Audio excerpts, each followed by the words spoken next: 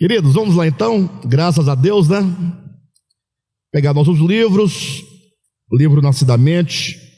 Quero lembrar os irmãos ou comunicar que eu estou empenhado em escrever um outro livro, que seria a continuação da Dracma, né?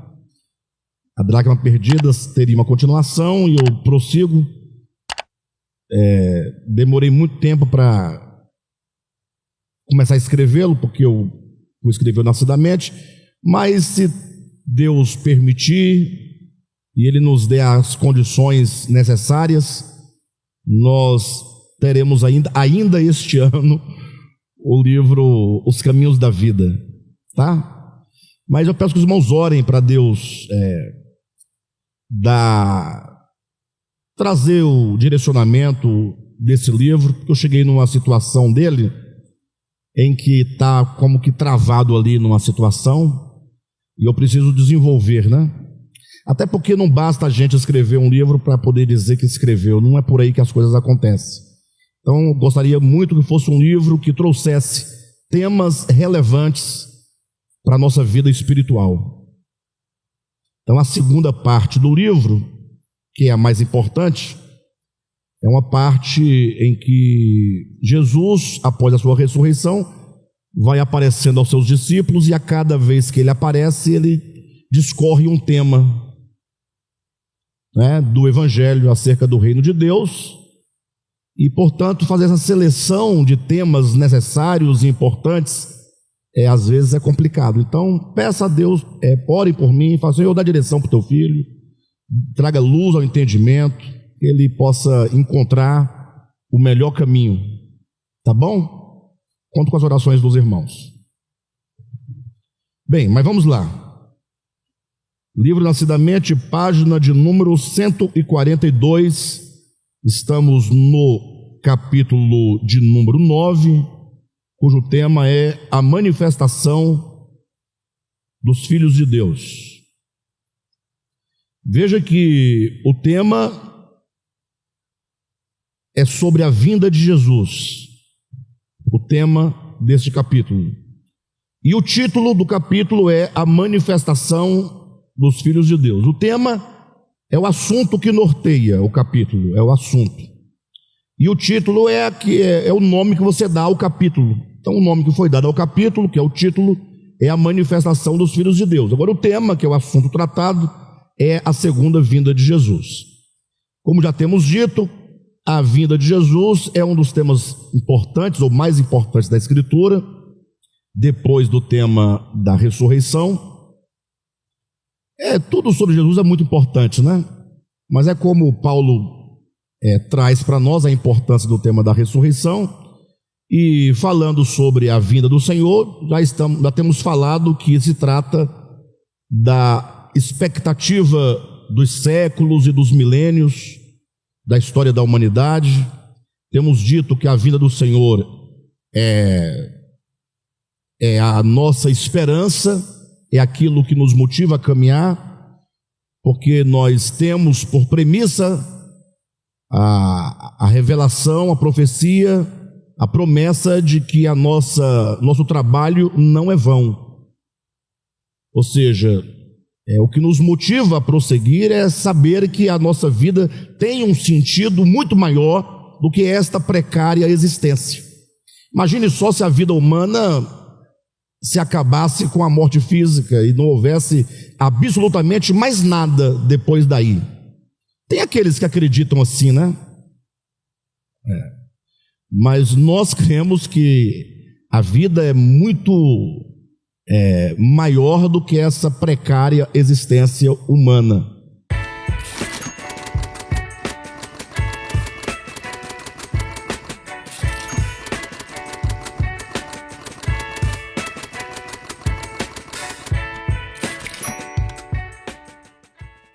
A vida é muito mais complexa, não é?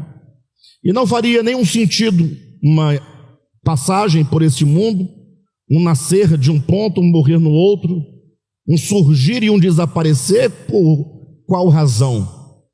Se fosse uma vida de uma planta, de uma pedra, até que tudo bem, mas o homem, conforme Deus o fez, não somente a capacidade de crer, mas sobretudo essa capacidade que nós temos, de perseverar, essa capacidade de sondar, de perscrutar os destinos. Tudo isso é dom de Deus. O homem, ele não é uma mera criação, ele é muito maior do que a vida vegetativa, a vida animal. Então, nós temos a esperança na vinda do Senhor. Agora, todo o cristianismo, de uma maneira geral, de um modo ou de outro, crer na vinda do Senhor. Só que poderemos usar aqui, parodiando um termo ou uma expressão lá de Aristóteles. Ele diz que o ser se diz de muitos modos. Poderíamos dizer que a vinda de Cristo é algo em que todos creem, mas se crê de vários modos. Não há nenhum prejuízo nisso, O fato é que a vinda do Senhor para o cristianismo é um consenso. O que não é consenso é o modo como as coisas deverão acontecer. E no âmbito da escatologia não há consenso, e creio que nunca haverá, porque é do homem essa especulação, e como nós não temos o fato consumado ou realizado, não temos como precisar. Agora, ao estudar esse tema tão importante, nós precisamos nos aproximar o máximo do seu significado, do seu sentido. E é o que nós estamos procurando fazer, compreender a vinda do Senhor, como isso vai se dar de modo relevante na nossa experiência humana. A maioria dos crentes, a começar pelos católicos, inclusive, com todo respeito aos nossos irmãos, eles acreditam na vinda do Senhor como sendo um momento em que Jesus virá, num sentido histórico, público, pessoal. São até expressões que se usam muito, mas eu apresento esses aspectos para reforçar o fato de que eles acreditam que Jesus vem para levar um povo de um lugar para outro. Ou seja, a terra não está boa, então vamos levá-los para o céu, para morar no céu, E os ímpios também não estão bem, então leva eles para morar no inferno, no lago de fogo, no tacho de fogo. É assim que eles pensam, mais ou menos, a vinda de Cristo. Jesus vem para fazer esse tipo de coisa, para elevar umas pessoas a uma condição de gozo, de satisfação, no lugar paradisíaco, e outros no sofrimento eterno. Mas assim, nós queremos discutir nesse tema, sobretudo, o aspecto orgânico, porque a Escritura não prescinde do aspecto orgânico. O que seria a vinda de Jesus no seu aspecto orgânico?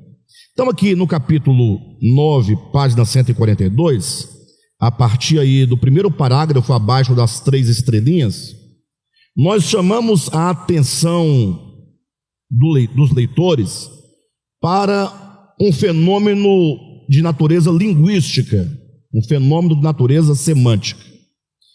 O que quer dizer isso? Todas as vezes que nós lemos a nossa Bíblia, que é uma tradução de língua portuguesa, dos textos de língua hebraica, aramaica e grega, toda vez que você lê o Novo Testamento, e o Novo Testamento em língua portuguesa se refere à vinda do Senhor, à volta de Jesus, etc., você vai encontrar a palavra em português, o verbo vir, a palavra vinda, a vinda do Senhor. Agora, pensa uma coisa comigo, quando você fala de vinda, de vir, veio, virá, são todas as extensões de uma mesma palavra, logo o que vem à nossa mente? Que ele está em algum lugar, que ele sairá de onde ele se encontra, e ele virá aqui onde nós estamos. E essa é a maneira tradicional de se pensar.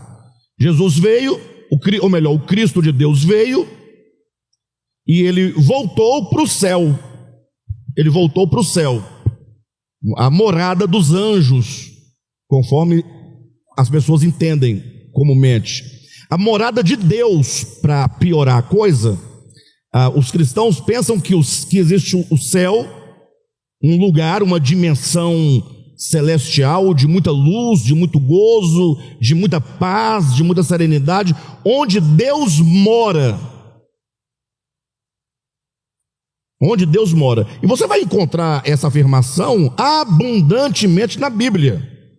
Que Deus mora no céu, seu trono está lá, ele está rodeado de anjos. Os anjos cantam, os anjos louvam, os anjos adoram. Em vez em quando Deus desce de lá e vai a algum lugar, como no caso mais propriamente lá de Gênesis capítulo 11, lembra da Torre de Babel?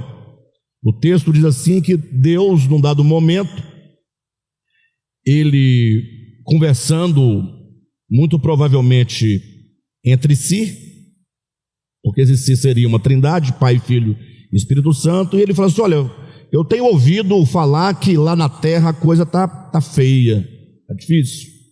Eu estou ouvindo daqui os clamores do povo lá. Essa é a linguagem bíblica, tá? Então, vamos descer lá, vamos lá, para nós verificarmos se as coisas são assim como nos chegaram mesmo ou não. Parece que no texto dá a entender que alguém lhe comunicou que a coisa aqui não estava boa. Alguém levou a notícia para ele: o negócio lá está feio, se o Senhor não intervir vai ficar complicado. Aí ele diz: então vamos lá resolver. E diz que ele veio aqui resolver o problema. Desceu aqui na terra, e aí vocês sabem, confundiu as línguas e tal. Bem, essa é a linguagem de toda a Bíblia, sobretudo Antigo Testamento, é muita coisa. Agora, esta é uma linguagem que nós chamamos de, que a teologia chama de antropomorfismo. Antropos, que quer dizer homem, morfismo de morfo, que quer dizer forma. É quando você fala da divindade em termos de forma humana. Você vai usar as formas humanas para se referir ao não humano. Deus não é humano. Humano é uma criatura, é uma criação divina. E Deus é o que então, Alexandre? Se não é humano, Ele é Deus. Ele é Espírito, não é? E também usa-se uma outra expressão para se referir a Deus quando se confere a Ele sentimentos humanos. Antropopatismo, de antropos, homem, e patos, que é paixão, sentimento, desejo. Fala que Deus tem vontade, que Deus que Deus tem ciúmes. Conferir sentimentos humanos a Deus, que Deus se arrependeu-se Deus de ter feito o homem, tal. Mas eu quero advertir os irmãos que isso é apenas uma linguagem. Quando se lê a Bíblia, você tem que saber que a Bíblia trata de um ser que é inominável. Deus não pode absolutamente ter nome. Não é Jeová, não é Jeová, não é Javé, não é Iavé. Tudo isso são nomes que os homens dão à divindade, ou que nos seus êxtases, nas epifanias que aconteceram lá, a divindade teria se apresentado com tais nomes. Mas o fato é que os nomes, quando você dá nome a uma coisa, quando você diz assim, isto aqui são óculos, dizer que isso aqui é óculos é dizer que isso aqui não é celular. Ou seja, o nome, ele delimita a coisa. O nome, ele põe termo às coisas. E logo, os nomes só podem se referir às coisas limitadas. As coisas são da criação, as palavras são criadas para se referir às coisas criadas, os nomes semelhantemente, Deus é o inominável. Houve quem dissesse uma vez, o inominável de 1000 nomes. Extraordinário, né? O inominável de 1000 nomes. Porque sendo ele inominável, não tem nome. Só que ele tem 1000. 1000 é um número simbólico para dizer que são muitos. Porque cada ser humano, na sua experiência, dentro do seu tempo, dentro da sua cultura, vai se referir à divindade por meio de um nome, porque isso é uma necessidade humana, não divina.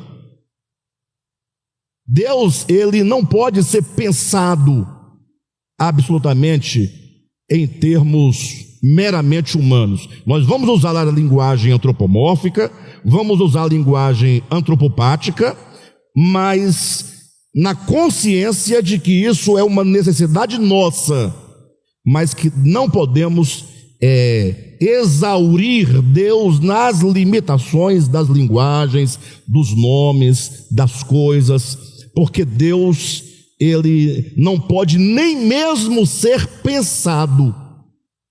Não que seja proibido, mas é porque o pensamento humano não é suficiente, não é capaz de pensar Deus.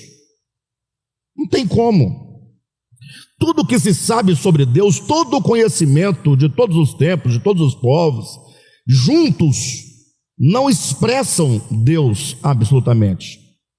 Talvez seja por isso que Paulo vai usar uma expressão interessante lá em Romanos capítulo 1, quando ele diz, aquilo que é de Deus se pode conhecer. Ou seja, todo conhecimento é aquilo que o homem consegue alcançar, e por meios ainda muito limitantes, que é a intuição, não é? A revelação. Ou seja, não é uma coisa que você pega, que você domina, que você detém. Então nós vamos lidar sempre com uma linguagem precária para falar de algo adimensional. Então, quando eu leio que é dito que Deus desceu lá em Babel para ver a situação e tal, eu entendo que ele é só uma linguagem. Por quê? Porque Deus absolutamente não pode descer a lugar algum. Deus não pode ir a lugar nenhum. Não é interessante isso? E você sabe quem foi? As pessoas geralmente que vão me condenar por esse ensinamento, vão me condenar porque eles partem do pressuposto de um dogma. E o dogma por si mesmo, ele não é refletido, ele não é pensado. O dogma, ele é acreditado. Você dá crédito àquela ideia, mas você não pode pensar. Porque se pensar, o dogma se quebra, se desfaz. E aí vão dizer, se você pensar, você estará questionando a Deus. Eles não falam que é ao dogma. E aí você vai pecar. Então a pessoa, para não pecar, não questiona o dogma. Mas veja, para vocês entenderem a questão, por que Deus não pode ir, não pode vir, vocês vão entender o motivo que eu estou tratando disso. Deus não pode ir a lugar algum, Ele não pode vir. A volta de Jesus não pode ser uma volta no sentido como nós pensamos. Por que razão? Pense comigo que alguém uma vez, pensando a essência das coisas, pensando o ser em geral, pensou o seguinte, olha, tudo o que há é resultado de uma causa. Tudo que há é sempre um efeito de algo. Então a ideia é que houve um efeito, houve uma causa que criou um efeito, esse efeito se torna causa de uma outra coisa. Sabe quando você brinca de dominó, você coloca as pecinhas tudo em pé, e aí você empurra a primeira. Quando você empurra a primeira, você gera um movimento. Aquele movimento é a causa daquela primeira pedra se inclinar e cair sobre a segunda sobre o efeito, né? Só que quando ela cai sobre a próxima, ela é causa da queda da próxima. Aí vai tudo caindo. A ideia de que uma causa que gera um efeito, esse efeito se torna causa de um outro efeito, que se torna causa de outro efeito, e assim tudo é causa e efeito, causa e efeito, causa e efeito, causa e efeito. Daí a pessoa pensou, ora, mas se nós pensarmos que tudo é causa e efeito, e todo efeito vem de uma causa, e a causa ela tem que vir de uma outra causa, e assim sucessivamente, não vamos chegar a um pensamento absurdo do infinito. Não acaba nunca, nem para frente, nem para trás. Daí a pessoa falou, não, então só pode haver uma saída que explique esse movimento todo das coisas. Existe uma causa primordial que não é causada. Isso foi no ano 400 antes de Cristo, hein? Alguém pensar isso? Sem estar, inclusive, em contextos judaicos. E sem estar, inclusive, em contextos de qualquer outra religião. Embora estivesse em contexto grego, este que falou, como todos os seus pares, eram aqueles que, estando na Grécia, abriram mão completamente do mundo religioso pagão dos gregos. Ou seja, que é o pensamento refletindo as coisas, sem o compromisso religioso.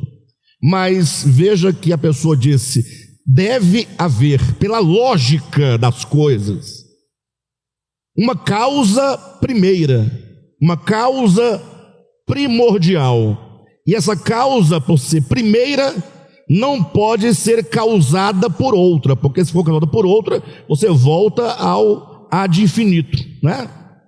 Não acaba nunca. Então, há uma primeira causa, uma causa primeira, primordial, que não é causada por nenhuma outra. E essa causa primeira é aquilo que move todas as coisas. Logo, ele é um motor, é o primeiro motor. É o motor que move todas as coisas e não é movido por ninguém. Agora, a pergunta é, por que esse motor não se move? Porque a ideia de movimento, ou melhor, a ideia de movimento é exatamente o percurso e a distância entre dois pontos. Então eu estou no ponto A, para eu chegar ao ponto B, no qual eu não estou, eu preciso me mover, me movimentar, sim ou não? E ao chegar no ponto B, já não estarei no ponto A.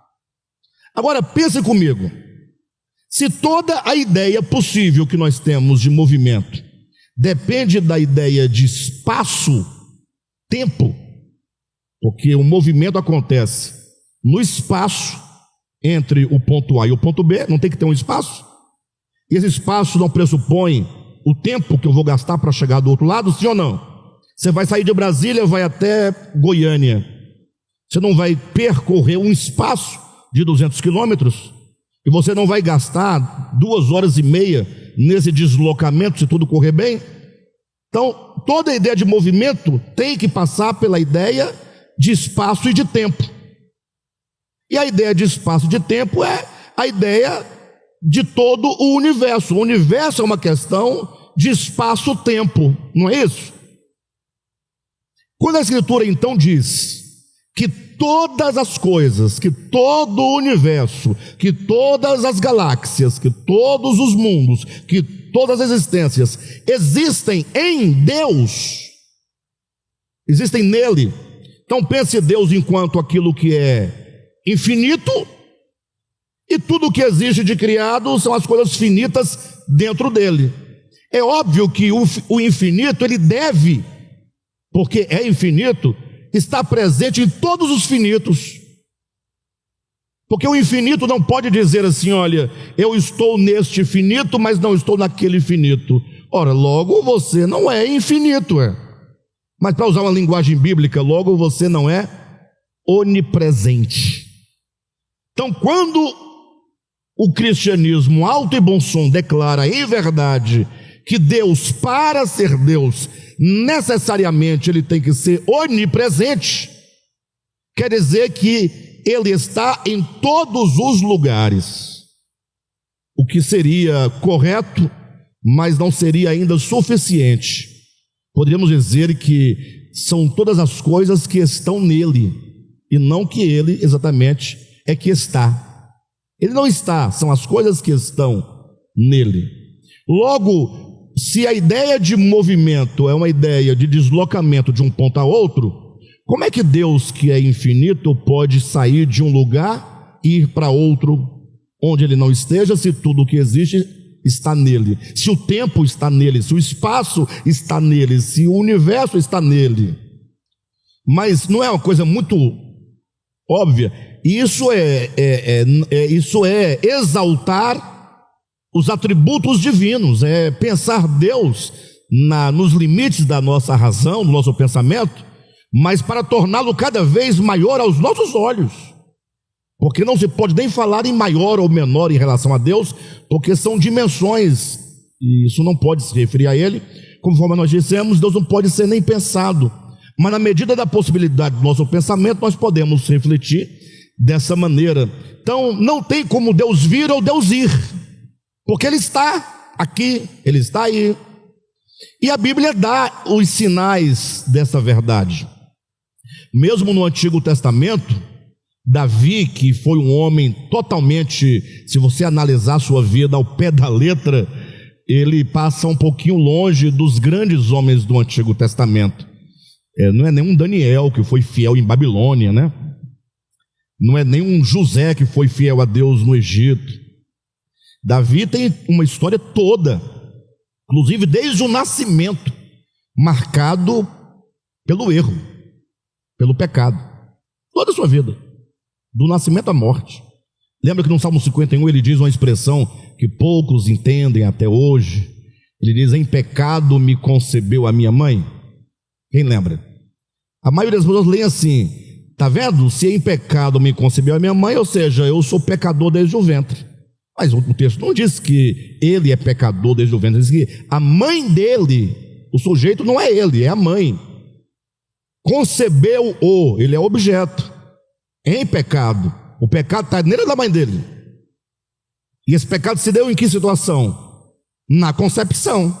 Aí agora vocês reflitam aí, para vocês entenderem. Em pecado me concebeu. Meu nascimento já nasceu de um problema. E aí a história vocês conhecem, né? Só que talvez por ele ser torto, né? Aquele homenzinho torto da música das crianças, foi a pessoa mais sensível à verdade acerca de Deus. Foi aquele que viveu a realidade de Deus de uma maneira como nenhum outro no seu tempo poderia ter vivido. E lá no Salmo 139, quando ele vai falar acerca de Deus, ele até vai usar uma expressão maravilhoso, né? Ou seja, o Senhor, essas coisas acerca de ti, que tu me cercas por detrás, por diante, a palavra não saiu, o Senhor já conhece, o Senhor me conhece desde o ventre, a célula foi tecida, tudo desde o início, ou seja, não tem para onde fugir de ti. Essas coisas acerca de ti são coisas maravilhosas demais para mim. Maravilhosa no sentido da palavra maravilhoso. Maravilhoso não é, ai que maravilha, no sentido de, como é que se entende maravilha? Eu falo muito que maravilha, né? Mas não é esse o sentido da palavra. A palavra maravilhoso quer dizer aquilo que está para além da compreensão humana, aquilo que é fantástico.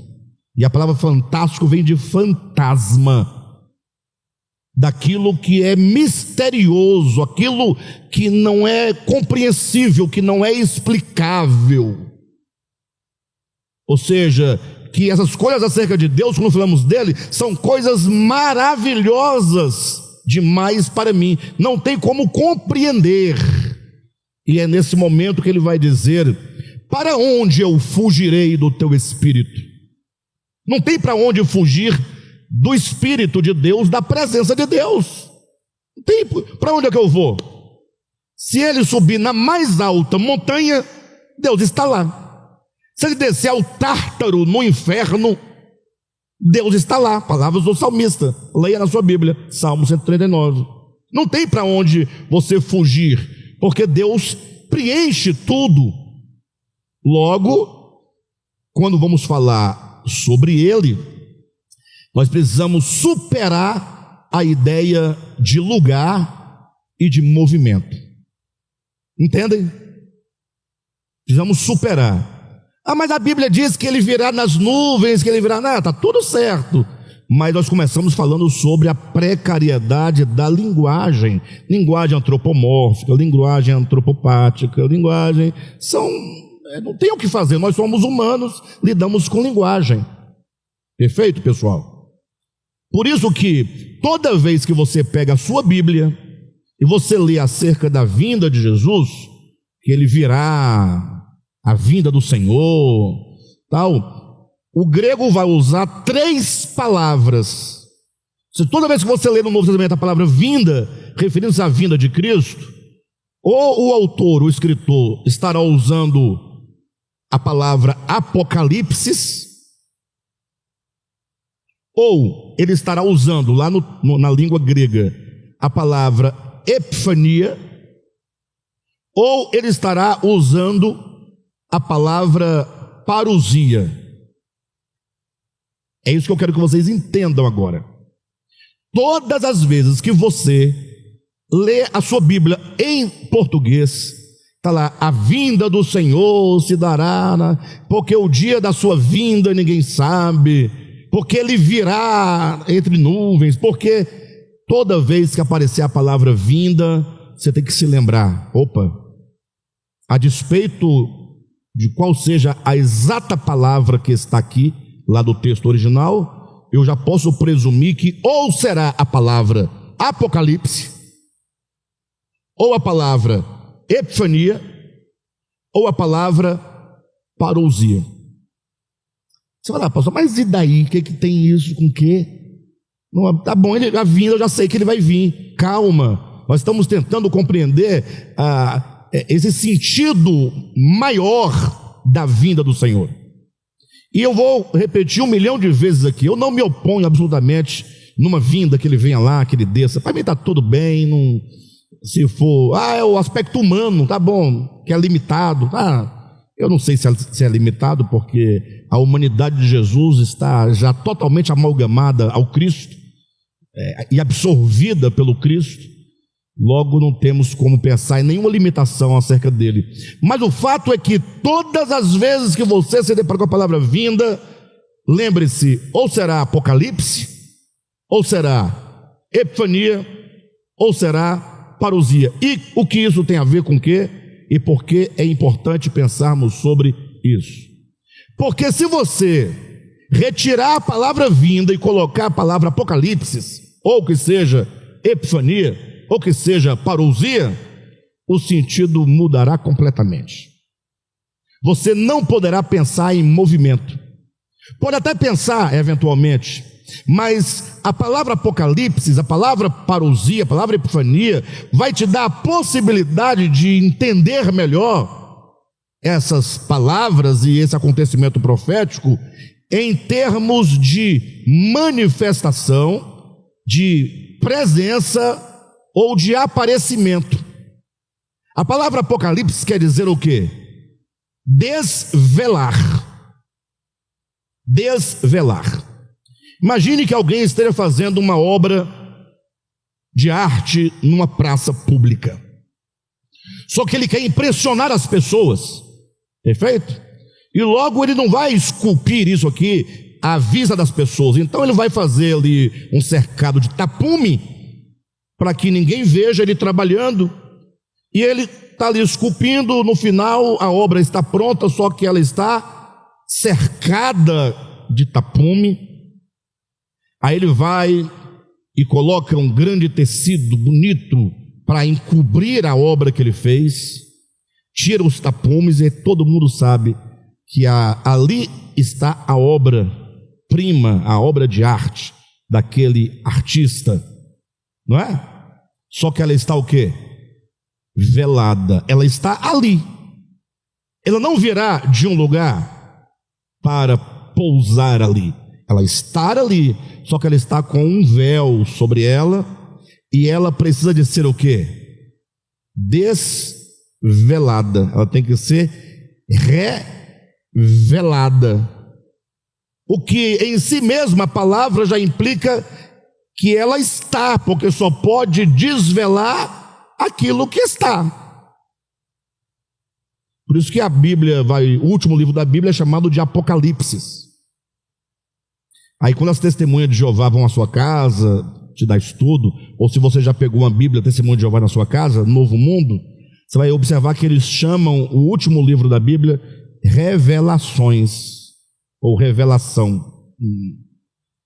Por quê? Está errado? Não, é porque é a palavra própria para Apocalipse. Apocalipse não é uma palavra portuguesa, é uma palavra grega, que em português é revelação.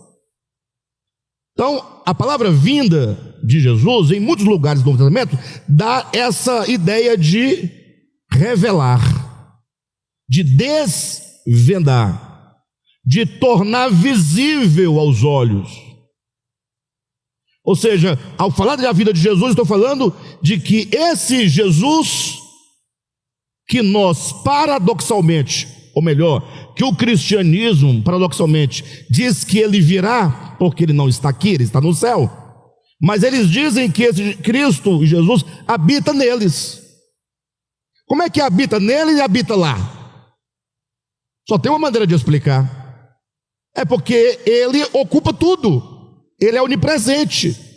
Logo, se ele é onipresente, ele está em mim, está em vocês, está no mundo inteiro, está nas águas, está nos pássaros, nos ares, nas galáxias, também está no céu, se é aqui se pode dizer assim. Logo não tem como ele vir, ele já está. Ele tem que ser o quê? Revelado. Apocalipse. A palavra epifania, não é? Quer dizer manifestação.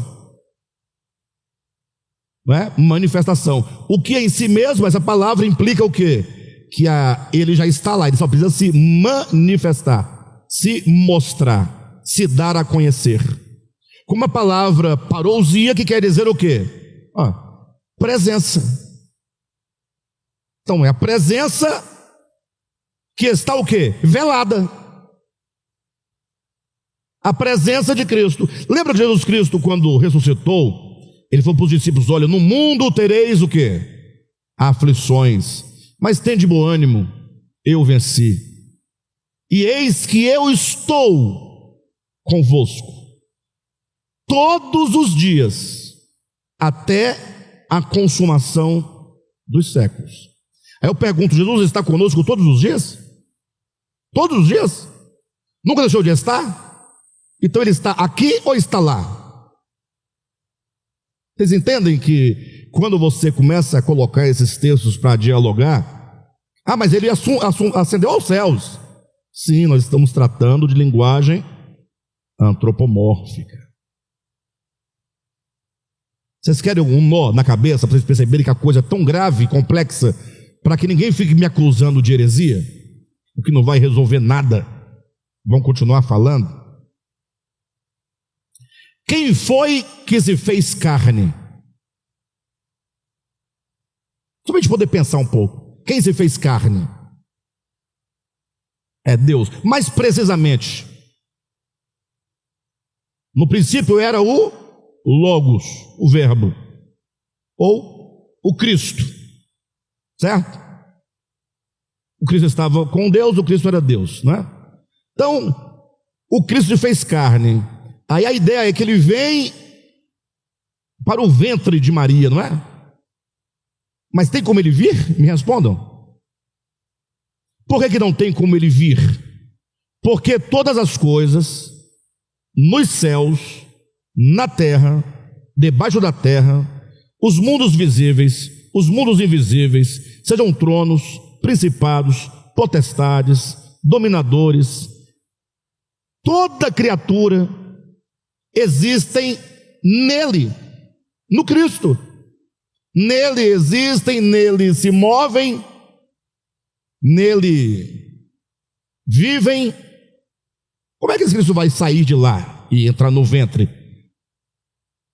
Então você está negando? Não, então, Não tem nada de negar. Eu quero apenas dizer para vocês que a Bíblia vai usar dessas linguagens, de descer, subir, veio, foi, tal, está aqui, não está ali, mas é só a linguagem humana. Quando se trata da divindade, vai devagar. Então o melhor é nós procurarmos nos aproximar o máximo do entendimento dessas relações. No caso da vinda de Jesus, nós estamos já trazendo de antemão para vocês que devemos estar atento à palavra vinda, que será ou Apocalipse, ou Epifania, ou Parousia. Vamos ao livro. Página 142. O essencial acerca desse assunto, o assunto é a vinda do Senhor, encontra-se substancialmente no significado de 3 palavras gregas traduzidas por vinda em nossas versões da Bíblia em português: Apocalipse, Epifania e Parousia. Estranhamente ao que ensinam as linhas tradicionais de escatologia, esses 3 vocábulos significam respectivamente desvendamento, manifestação e presença. O estranhamento a que nos referimos consiste no fato de os esquemas escatológicos enfatizarem a vinda espacial de Cristo, sem aludirem ao significado que as 3 expressões denotam. Ou seja, nós aqui achamos estranho o fato de a teologia convencional, as escatologias, as muitas escatologias, falam da vinda de Jesus enquanto Apocalipse, Epifania e Parousia, mas eles nunca tornam claro que essas palavras denotam presença, manifestação, desvelamento. Eles não se preocupam em falar isso.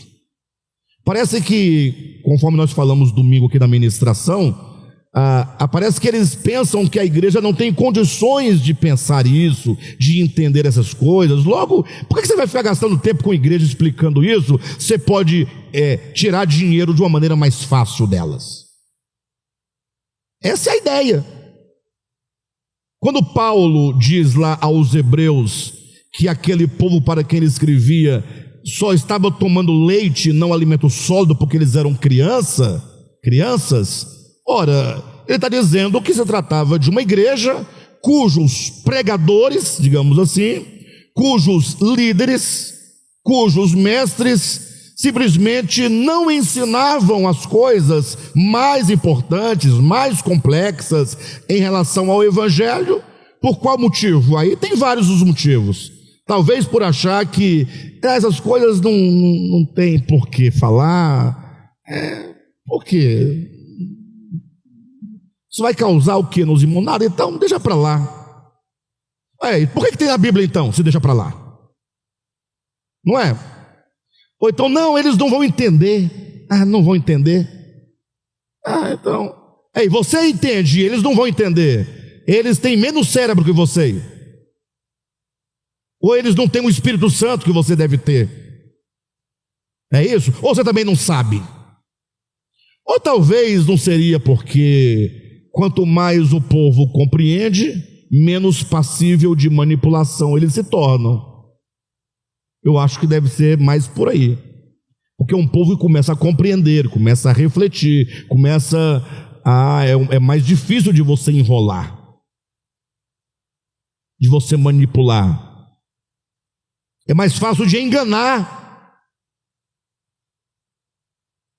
Bem, então o fato é que nós precisamos de compreender essas coisas mais profundas, e como diz o texto,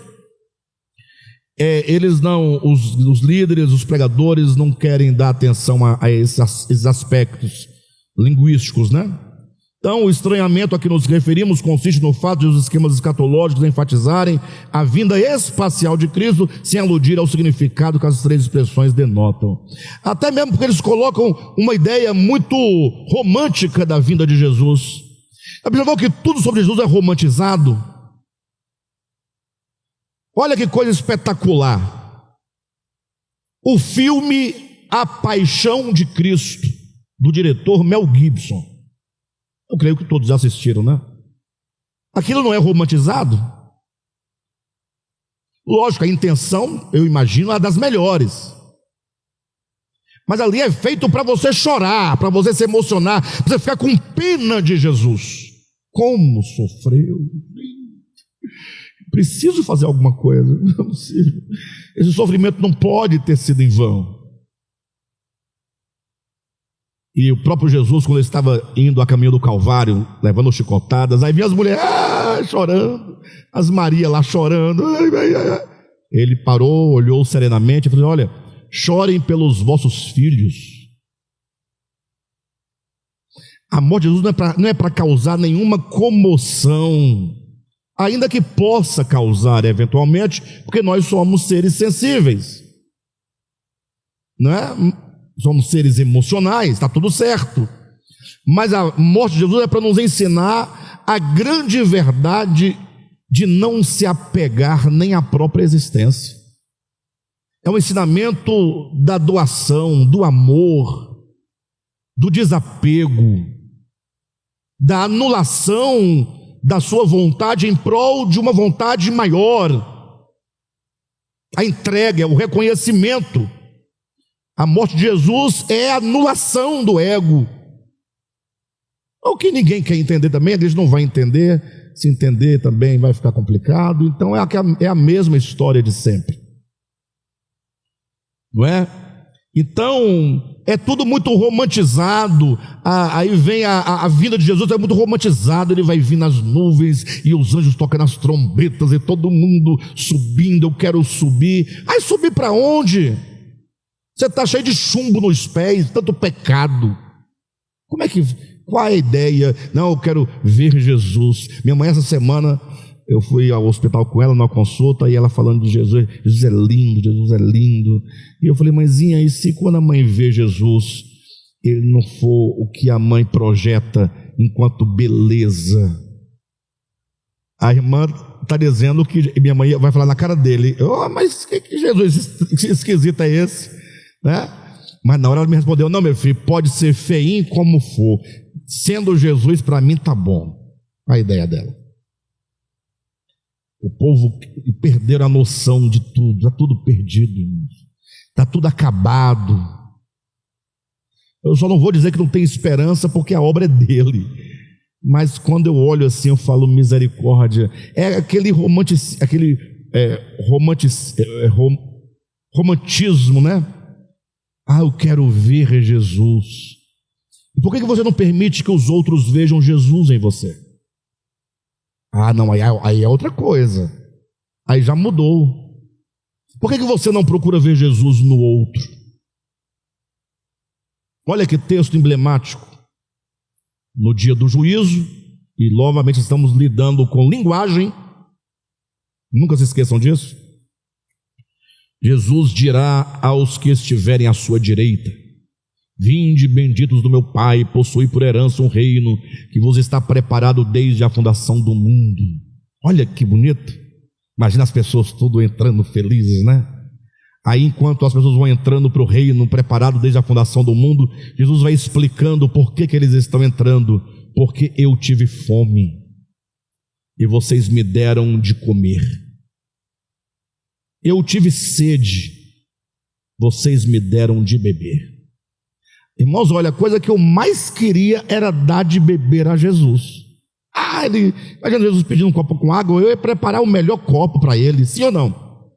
Se Jesus batesse a sua porta, você daria água para ele em qual copo? O melhor que você tinha na sua casa?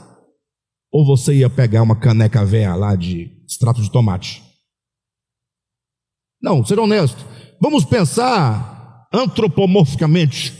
Jesus chegando, pedindo um copo com água. Você sabe o que é Jesus? Você daria o que para ele?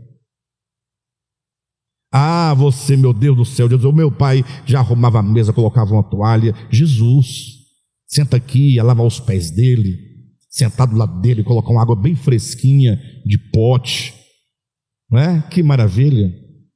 Dar de comer, você prepararia que comida para Jesus? Tem uma música caipira, sertaneja, que vale a pena ouvir 10 vezes por dia, no mínimo. O nome da música, salvo engano, é um jantar para Jesus. Também, salvo engano, da dupla Duduca e Dalvan. Vão encontrar em outras vozes também, mas chega em casa, vai ouvir essa música. Não vai ouvir Fernandinha, Aline Barros, não. Ouça Duduca e Dalvan, um jantar para Jesus. Ouça a letra. O texto lá, o texto da música é o texto de Mateus 25. O camarada, Jesus combinou com ele que iria almoçar na casa dele, jantar na casa dele. Aí ele pegou e preparou um frango muito gostoso. E está lá esperando, ansioso. Jesus não chega. Batem a porta e fala: é Jesus. Quando ele abre a porta, é um mendigo pedindo um pouco de comida. E ele fala: olha, eu não sei o que eu faço, mas... Aí ele se compadece e fala: não, eu vou tirar uma coxa do frango. Jesus não vai incomodar com uma coxa, não é possível. Aí ele dá uma coxa de frango para o mendigo vai embora, agradecendo. E daqui a pouco batem a porta, Jesus chegou, ele vai lá, não é Jesus, é uma criança e tal. Eu sei que no final ficou só o mucumbu do frango lá. Aí Jesus chega finalmente e entra, e ele: ô Jesus, tal, então agora o senhor pode comer. Aí Jesus falou: ô filho, muito obrigado, mas eu já estou satisfeito. Aí ele pensou: Jesus, será que Jesus não quer comer porque...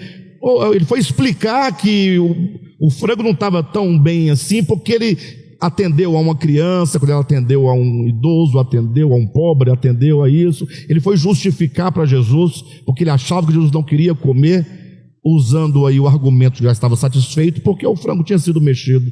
Aí Jesus responde para ele que não, que ele esteve ali naquela casa como criança e já havia comido. Ele estivera ali como o mendigo e, portanto, ele já havia comido e estava satisfeito. Então, assim, é porque a música é do demônio, né? É música do mundo. Essa música é do demônio, sabia? É porque ela é música do mundo, gravado por uma dupla chamada Duduca e Dalvan, ímpios que vão queimar no fogo do inferno, não é? Não é música de cantar igreja, não. Música de igreja é música, né, que fala de vingança, não é? De um Deus que faz acepção de pessoas. Essas são as músicas dos salvos, dos santos, né? Bem, mas enquanto o povo vai entrando no reino preparado de antemão, a Jesus vai dizendo: porque eu tive fome, me deste de comer, tive sede, me deste de beber e tal, vai falando. Aí eles perguntam: mas Senhor, quando foi que nós te vimos com fome, ou com sede, ou nu, ou preso, e nós te assistimos, te socorremos? Jesus falou assim: quando vocês fizeram isso a um dos meus pequeninos irmãos, fizeram a mim. Qual que é o ensinamento aqui? É escatológico, porque no dia como é que vai ser o juízo? Não. O ensinamento aqui é o seguinte: você precisa ver Jesus no outro. Se você não é capaz de ver Jesus no outro, não espere vê-lo na nuvem. É bobagem. É bobagem. E se você vir Jesus no outro e servir a Jesus no outro, aí quando ele vê lá na nuvem, aí você vai ficar feliz.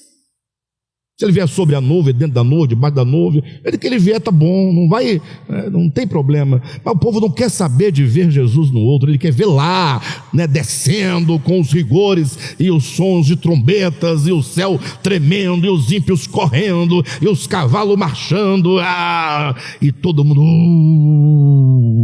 é o romantismo que ou faz você, se você se julga suficientemente santo e preparado para poder se encontrar com ele, e aí Jesus, beleza, posso te dar um abraço? Vem cá.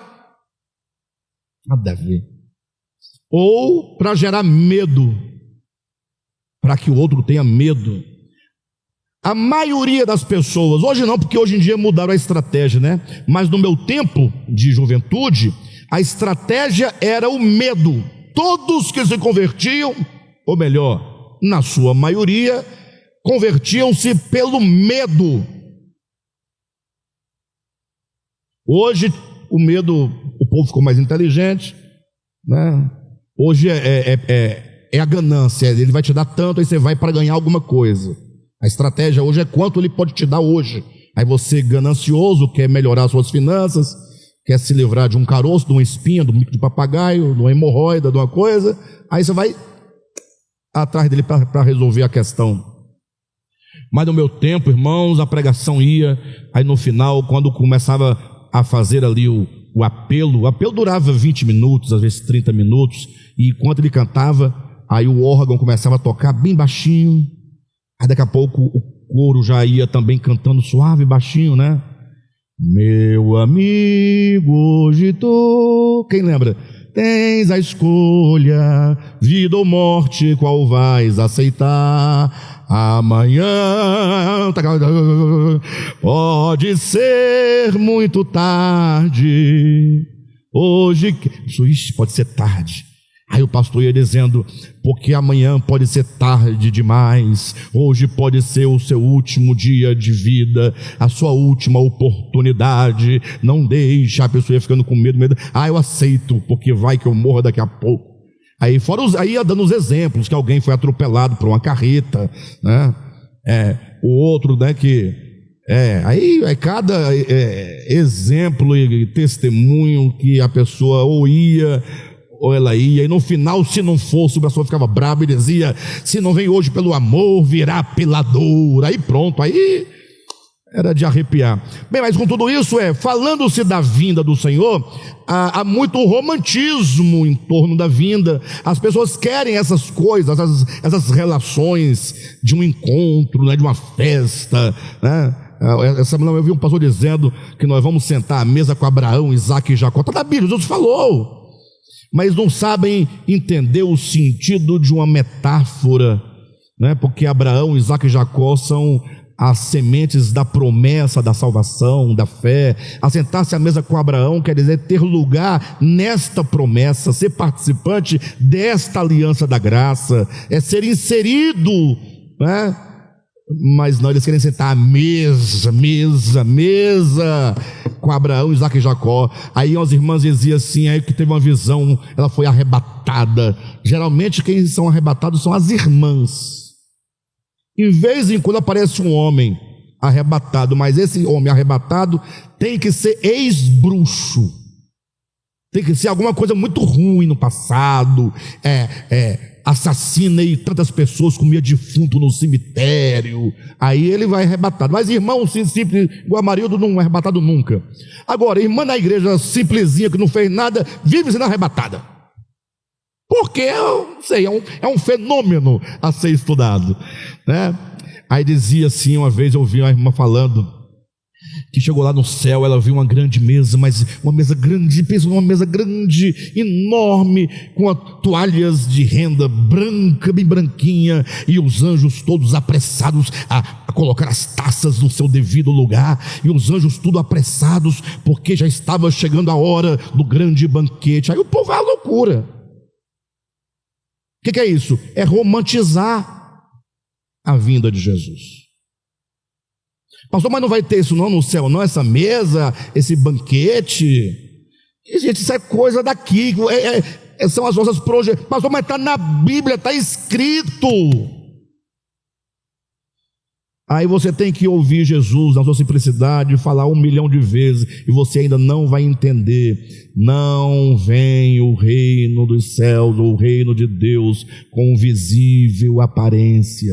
Tem que escrever isso na sua casa. O reino de Deus não vem com visível aparência, não tem visibilidade aparente. É possível, gente? Mas se for assim, Jesus não está sendo contra ninguém, é porque Jesus é o homem do ser, do coração, da alma. Ele lida com vidas, com consciências. E quando ele vai falar desse reino, ele vai ser claro que ali trata-se de uma parábola. A parábola tem que se extrair da palavra o seu sentido místico e espiritual dos dos objetos físicos da parábola que estão lá para representar algo que dificilmente se entenderia de outra forma. Bem, todo esse discurso aqui, para tentar tirar esse romantismo, é para dizer que a vinda do Senhor não tem nada de romântico, embora será uma experiência tremenda. Até porque alguém vai dizer, se for para ser assim, se não for para ser assim, eu não sei se eu vou querer agora a vinda de Jesus. Irmãos, a vinda do Senhor, ela será o evento de cumprimento do que está em Gênesis capítulo 1. O que diz lá em Gênesis 1? Que Deus criou o homem, a humanidade, sim ou não? E ao criar o homem, Deus o criou para uma finalidade. Qual a finalidade? Quem sabe? Encher a terra. Encher a terra. E o meio para tanto, ele deveria o quê? Se multiplicar. Essa é a finalidade. Como assim? Então já cumpriu, a terra está cheia. Não, você pensa que cumpriu porque você pensa em Adão criado como o homem Adão. E na verdade você tem que olhar para o homem Adão, lá de Gênesis, como uma prefiguração, ali é profético. Quem diz que Adão ali é profético é Paulo, em Romanos, leia na sua Bíblia, Romanos, capítulo 5, salvo engano, versículo 16, que Adão prefigurava aquele que havia de vir.